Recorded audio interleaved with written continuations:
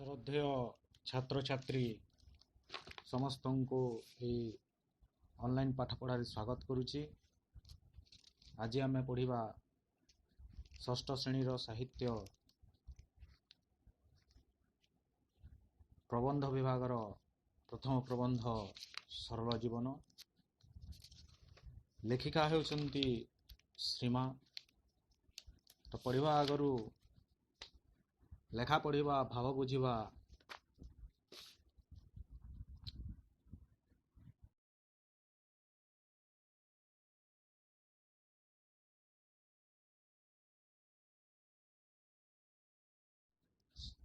ଏହି ଯେଉଁ ସରଳ ଜୀବନ ବିଷୟଟି ରହିଛି, ଏହା ଶ୍ରୀମାଙ୍କ ଗଳ୍ପଶ୍ରୀ ପୁସ୍ତକରୁ ନିଆଯାଇଛି। ଶ୍ରୀମା ଯେତେବେଳେ ତରୁଣ ଛାତ୍ରମାନଙ୍କୁ ଶିକ୍ଷା ଦେଉଥିଲେ, ସେତେବେଳେ ଅନେକ କ୍ଷୁଦ୍ର ଗଳ୍ପ ଗୁଡ଼ିକ ଶିଶୁମାନଙ୍କ ଆଗରେ ଉପସ୍ଥାପନ କରୁଥିଲେ। ସେ ଯେତେବେଳେ ପାଠ ପଢ଼ାଉଥିଲେ, ଶିଶୁମାନଙ୍କୁ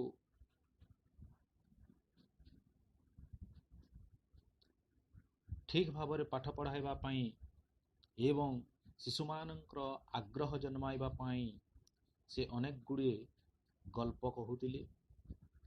ଏହି ପ୍ରସଙ୍ଗଟି ବେଶ ଉପଦେଶାତ୍ମକ ଓ ଶିକ୍ଷାପ୍ରଦ ହୋଇଛି। ପୃଥିବୀରେ ଯେକୌଣସି ଦେଶର ତରୁଣ ପାଠକମାନଙ୍କ ପାଇଁ ଏହା ଅତ୍ୟନ୍ତ ଉପଯୋଗୀ।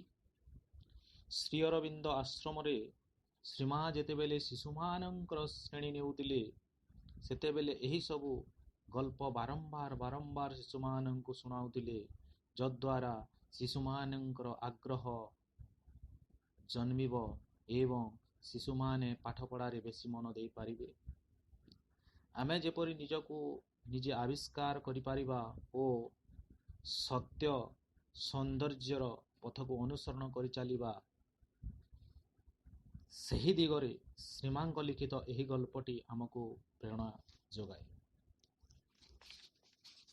ତ ବର୍ତ୍ତମାନ ଆମେ ସରଳ ଜୀବନ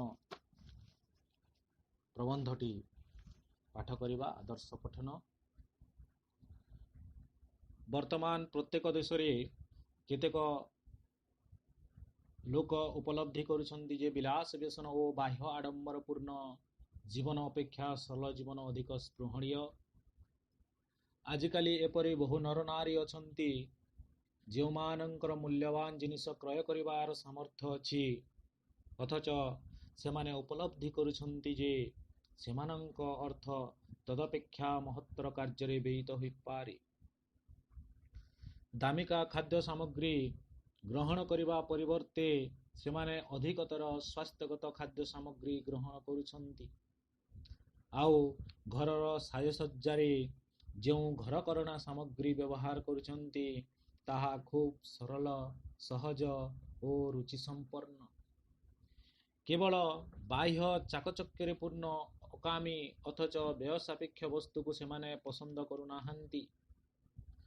ପ୍ରତ୍ୟେକ ଯୁଗରେ ନେତୃସ୍ଥାନୀୟ ଶ୍ରେଷ୍ଠ କର୍ମଦକ୍ଷ ବ୍ୟକ୍ତିଗଣ ମାନବ ସମାଜର ଉନ୍ନତି କଳ୍ପେ ସରଳ ଓ ନିରାଡ଼ମ୍ବର ଜୀବନଯାପନ କରିଆସିଛନ୍ତି। ତଦ୍ୱାରା ସେମାନେ ସୁସ୍ଥ ସବଳ ରହି ଅଧିକ ଜନହିତକର କାର୍ଯ୍ୟ କରିବାକୁ ସମର୍ଥ ହୋଇଛନ୍ତି।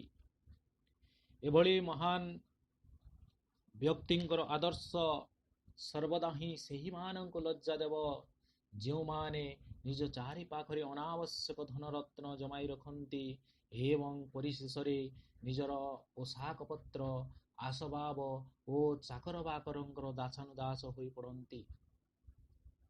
ଗୋଟିଏ ସ୍ଥାନରେ ମାଟି ଗଦା କରିବା ଅର୍ଥ ଅନ୍ୟ ସ୍ଥାନରେ ମାଟି ଖୋଳି ଗର୍ତ୍ତ କରିବା।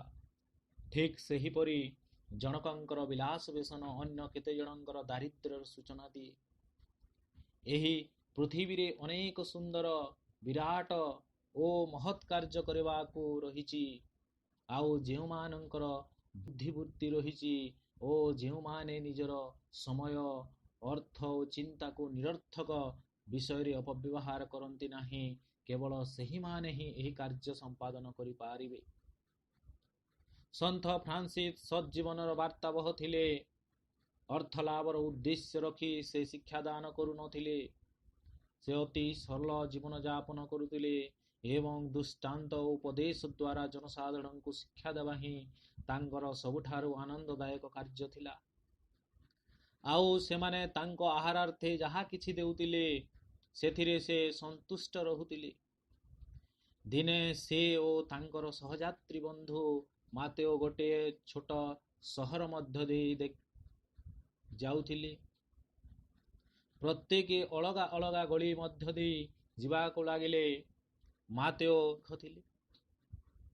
ମାତେଓ ଦେଖିବାକୁ ଦୀର୍ଘ ଓ ସୁଦର୍ଶନ ଥିଲେ, କିନ୍ତୁ ସନ୍ଥ ନିଜେ ଥିଲେ ଖର୍ବକାୟ ଓ ସରଳ ଲୋକ। ଫଳରେ ଲୋକମାନେ ମାତେଓଙ୍କୁ ଭିକ୍ଷାଦାନରେ ଯଥେଷ୍ଟ ଉଦାରତା ଦେଖାଇଥିଲେ। ଆଉ ସନ୍ଥ ଫ୍ରାନ୍ସିସ୍ ଖୁବ୍ କମ୍ ଭିକ୍ଷା ସଂଗ୍ରହ କରିପାରିଥିଲେ। ପରିଶେଷରେ ସହର ଫାଟକ ବାହାରେ ଉଭୟେ ପରସ୍ପରଙ୍କୁ ଭେଟିଲେ। ଏକ ବିରାଟ ପଥର ସମ୍ମୁଖରେ ଉଭୟେ ବିଶ୍ରାମ କଲେ। ପାଖ ଦେଇ ବହି ଯାଉଥିଲା ଗୋଟିଏ ସ୍ୱଚ୍ଛ ନିର୍ଝର। ସଂଗୃହୀତ ଭିକ୍ଷା ସେମାନେ ଏକତ୍ର କଲେ। ହସ ହସ ମୁଖରେ ସନ୍ଥ ଫ୍ରାନ୍ସିସ୍ କହିଲେ, ଭାଇ ମାତେଓ, ଏତେ ବଡ଼ ଭୋଜି ନିମିତ୍ତ ବାସ୍ତବରେ ଆମ୍ଭେମାନେ ଯୋଗ୍ୟ ବୋଲି କୁହାଯାଇ ପାରିବ ନାହିଁ। ମାତେଓ ଉତ୍ତର ଦେଲେ, ତା ଠିକ୍, କିନ୍ତୁ ଏଇ କେତେ ଖଣ୍ଡ ରୋଟିର ଟୁକୁଡ଼ା ଦ୍ୱାରା କ'ଣ ଭୋଜି କରାଯାଇପାରେ? ଆମ ପାଖରେ ତ ଛୁରୀ, କଣ୍ଟା ଚାମଚ, ଟେବୁଲ କ୍ଲଥ୍ ବା କୌଣସି ଦାସଦାସୀ ନାହାନ୍ତି। ତାପରେ ସନ୍ଥ କହିଲେ, ଏହା କ'ଣ ଭୋଜି ନୁହେଁ? କ୍ଷୁଧା ସମୟରେ କେତେକ ଭଲ ରୋଟି, ତାକୁ ରଖିବା ନିମିତ୍ତ ସମ୍ମୁଖରେ ପଥରର ଏକ ଟେବୁଲ, ଆଉ ତୃଷ୍ଣା ସମୟରେ ଏକ ପରିଷ୍କାର ଶୀତଳ ଝରଣାର ଜଳ ତ ମିଳିଯାଇଛି। ଅବଶ୍ୟ ଏହାର ଅର୍ଥ ଏପରି ନୁହେଁ ଯେ ଦରିଦ୍ରମାନେ ଚିରଦିନ ପାଇଁ ସାମାନ୍ୟ ଭିକ୍ଷା ଉପରେ ନିଜ ଭାଗ୍ୟକୁ ଛାଡ଼ିଦେଇ ଜୀବନ ଯାପନ କରିବେ। କିନ୍ତୁ ସେ ଯାହା ହେଉ, ଏହି ଦୃଷ୍ଟାନ୍ତରୁ ଏହା ସ୍ପଷ୍ଟ ଯେ ମହତ୍ ବ୍ୟକ୍ତିମାନଙ୍କ ଆତ୍ମତୃପ୍ତି ଓ ମହାପୁରୁଷମାନଙ୍କର ସ୍ୱାଭାବିକ ଚିତ୍ତ ପ୍ରସନ୍ନତା ସାଂସାରିକ ବିଷୟବସ୍ତୁ ଓ ବାହ୍ୟ ସମ୍ପଦର ଅଭାବ ବୋଧକୁ ପୂର୍ଣ୍ଣ ରୂପେ ଦୂର କରିପାରିବ। ବର୍ତ୍ତମାନ ପଠିତ ବିଷୟରେ ଥିବା କଠିନ ଶବ୍ଦର ଚୟନ କରିବା। ଯେଉଁ କେତେଗୁଡ଼ିଏ କଠିନ ଶବ୍ଦ ରହିଛି ତାକୁ ଚୟନ କରି ଲେଖୁଛି।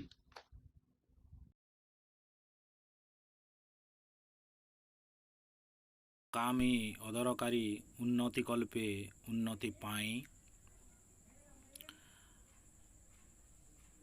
ଆଡ଼ମ୍ବର ଜାକଜମକ ସ୍ପୃହଣୀୟ କରିବା ଯୋଗ୍ୟ। ନେତୃସ୍ଥାନୀୟ ନେତାସ୍ତରର ଅପବ୍ୟବହାର, ଭୁଲ ବ୍ୟବହାର,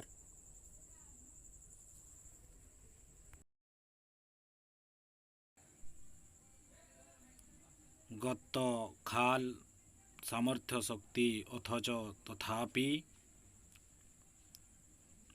ବ୍ୟୟ ସାପେକ୍ଷ ଯାହା ଖର୍ଚ୍ଚର ଅପେକ୍ଷା ରଖେ,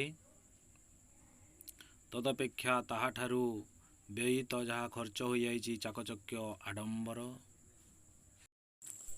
ବୁଦ୍ଧିବୃତ୍ତି, ବୁଦ୍ଧି ଥିବା ଢଙ୍ଗ, ସମ୍ପାଦନା, କାର୍ଯ୍ୟ ସାଧନ।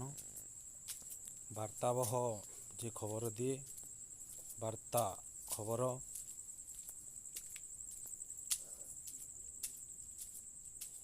ଫାଟକ, ମୁଖ୍ୟଦ୍ୱାର, ତୃଷ୍ଣା, ଶୋଷ।